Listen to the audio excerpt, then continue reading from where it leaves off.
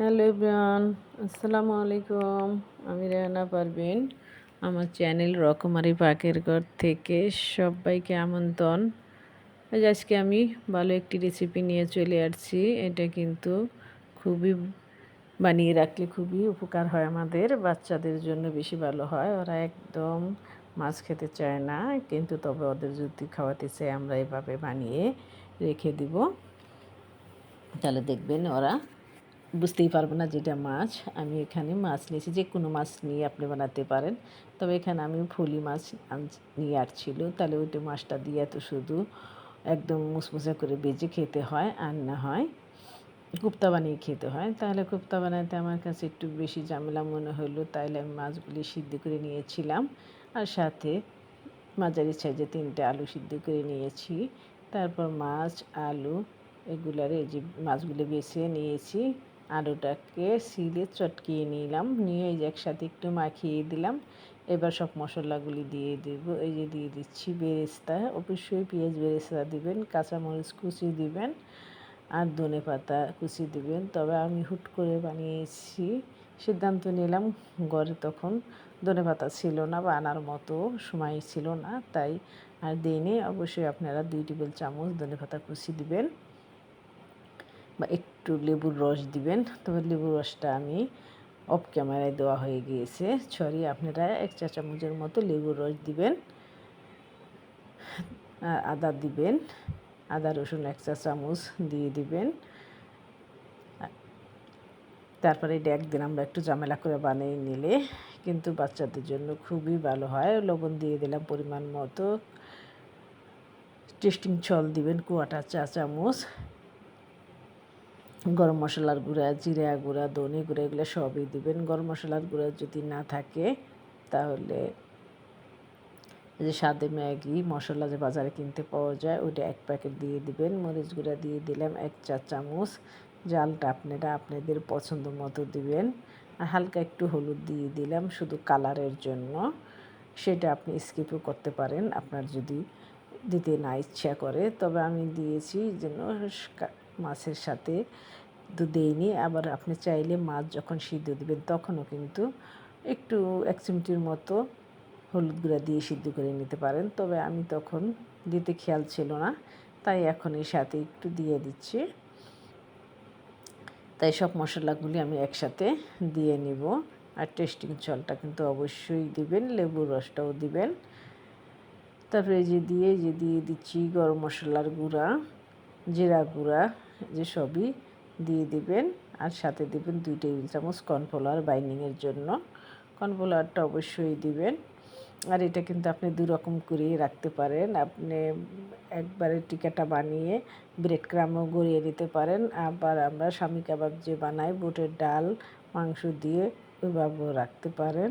কারণ এটা কিন্তু বাজার পর ভেঙে যাবে না, কারণ এটাকে এখানে আপনি কিন্তু কী বলো এটাকে কর্নফ্লাওয়ার দিয়েছেন, সেজন্য কিন্তু এটা ভেঙে যাবে না। তারপর সব মশলা আপনি দিয়ে ভালো করে মেখে আপনার পছন্দ মতন ছোট বড় যেটাই বানান বানিয়ে আপনি ফ্রিজে রেখে দিবেন। ট্রেতে করে ফ্রিজে রাখবেন। সেই ফ্রিজে রাখার পর যখন দেখবেন শক্ত হয়ে গিয়েছে তখন বক্সে ভরে রেখে দিবেন। বাচ্চাদের যখন দিবেন গরম গরম ভেজে দেবেন, শুধু 10 মিনিট আগে বের করে রাখবেন, তাহলেই কিন্তু হয়ে গেল। চটপট একদম বানিয়ে ভেজে দিতে পারবেন তখন, আর ওরাও কিন্তু একদম খেয়ে নেবে, বুঝতেই পারবে না যে এটা মাছ দিয়ে তৈরি করা হয়েছে। আশা করি রেসিপিটি আপনাদের ভালো লাগবে। আপনাদের ভালো লাগলে বা আপনাদের একটু হলে উপকার আসলে আমার সার্থক। এই যে আমি এবার ভালো করে মশলাগুলি মেখে দেওয়ার পরে যে 2 টেবিল চামচ কর্নফ্লাওয়ার দিয়ে দিলাম। কর্নফ্লাওয়ারটা দিয়ে আবার ভালো করে মেখে নিতে হবে। আর লবণটা অবশ্যই চেক করবেন। লবণটা চেক করে তারপর ছোট ছোট আকৃতিতে বানিয়ে নেবেন।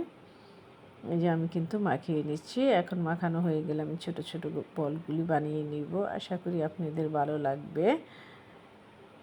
ভালো লাগলে ভিডিওটি লাইক কমেন্ট শেয়ার করে দিবেন। আর সম্পূর্ণ ভিডিওটি একটু ধৈর্য সহকারে দেখবেন। একটু ধৈর্য সহকারে না দেখলে কিন্তু আপনি ওটা পুরো ভিডিওটি না দেখলে শিখতে পারবেন না। তাই অবশ্যই ভিডিওটি দেখার অনুরোধ রইল। আর ভিডিওটি ভালো লাগলে আমার চ্যানেলের পাশেই থাকবেন, চ্যানেলটি সাবস্ক্রাইব করে আমাকে উৎসাহিত দিবেন বা ভালোবাসা দিবেন। আপনাদের ভালোবাসায় আমি একদিন এগিয়ে যাব ইনশাআল্লাহ। আপনাদের ভালোবাসা না পাইলে হয়তো যেখানেই আসছি এটা আসতে পারতাম না। ফেসবুকে ও ইউটিউবে কখনো একা এগিয়ে যাওয়া সম্ভব না। এখানে সবাইকে পাশে চাই, সবাই সাপোর্ট না করলে সম্ভব হয় না। আশা করি আপনারা আমাকে ভালোবাসা দিবেন। আমি চাই আপনাদেরকে ভালো ভালো রেসিপি উপহার দিতে বা আমার রেসিপি দেখে আপনারা যেন একটু কিছু হলেও শিখতে পারেন। তাই যদি একটু আপনাদেরকে উপকারে আসতে বা আপনাদের উপকারে আসতে পারি তাহলে আমার চ্যানেলটা সাবস্ক্রাইব করে পাশে থাকবেন প্লিজ। এই যে আমি ছোট ছোট এরকম গোল বানিয়ে নিয়েছি।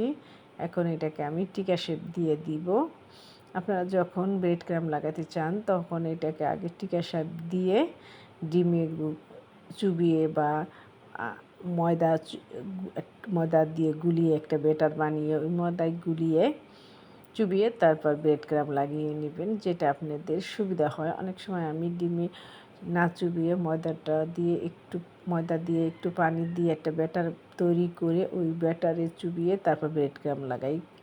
এটার কী জন্য করি, ডিমে চুবিয়ে নিলে যখন তেলে ভাজতে যাই একটা ভাজার পরে একদম ফেনা হয়ে তেলটা কড়াইটা ভরে যায়, সেজন্য আমার ওইটা ভালো লাগে না। আর ময়দাটা দিলে হয় কি এটা একটুখানি শক্ত হয়, আমার কাছে ভালো লাগে, ওর ফেনাটাও হয় না। তাই আপনার যেটা ইচ্ছা সেটা দিয়েই করে নেবেন। তবে আমি এইভাবেই ভেজে নিব। আর এটা আমি আজকে ফ্রোজেন করব, বানিয়ে রেখে দেব, সেজন্য ভেজে কিন্তু আপনাদের সাথে দেখাইনি। আপনারা এইভাবে রেখে দিয়ে যখন খুশি ভেজে নেবেন, শুধু 10 মিনিট আগে বের করে নেবেন। আশা করি আপনাদের ভালো লাগবে।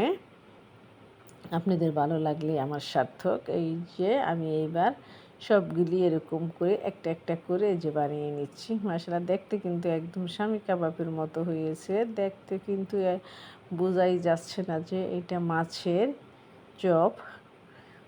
আশা করি আপনারা বানিয়ে রেখে দেবেন। একদিন আমরা কিন্তু বানিয়ে রেখে পুরো সপ্তাহটাও বানিয়ে রাখতে পারি। যেদিন আমাদের ছুটি থাকে বা একটু কাজ কম থাকে, প্রতিদিন কিন্তু আমাদের কাজ একরকম থাকে না।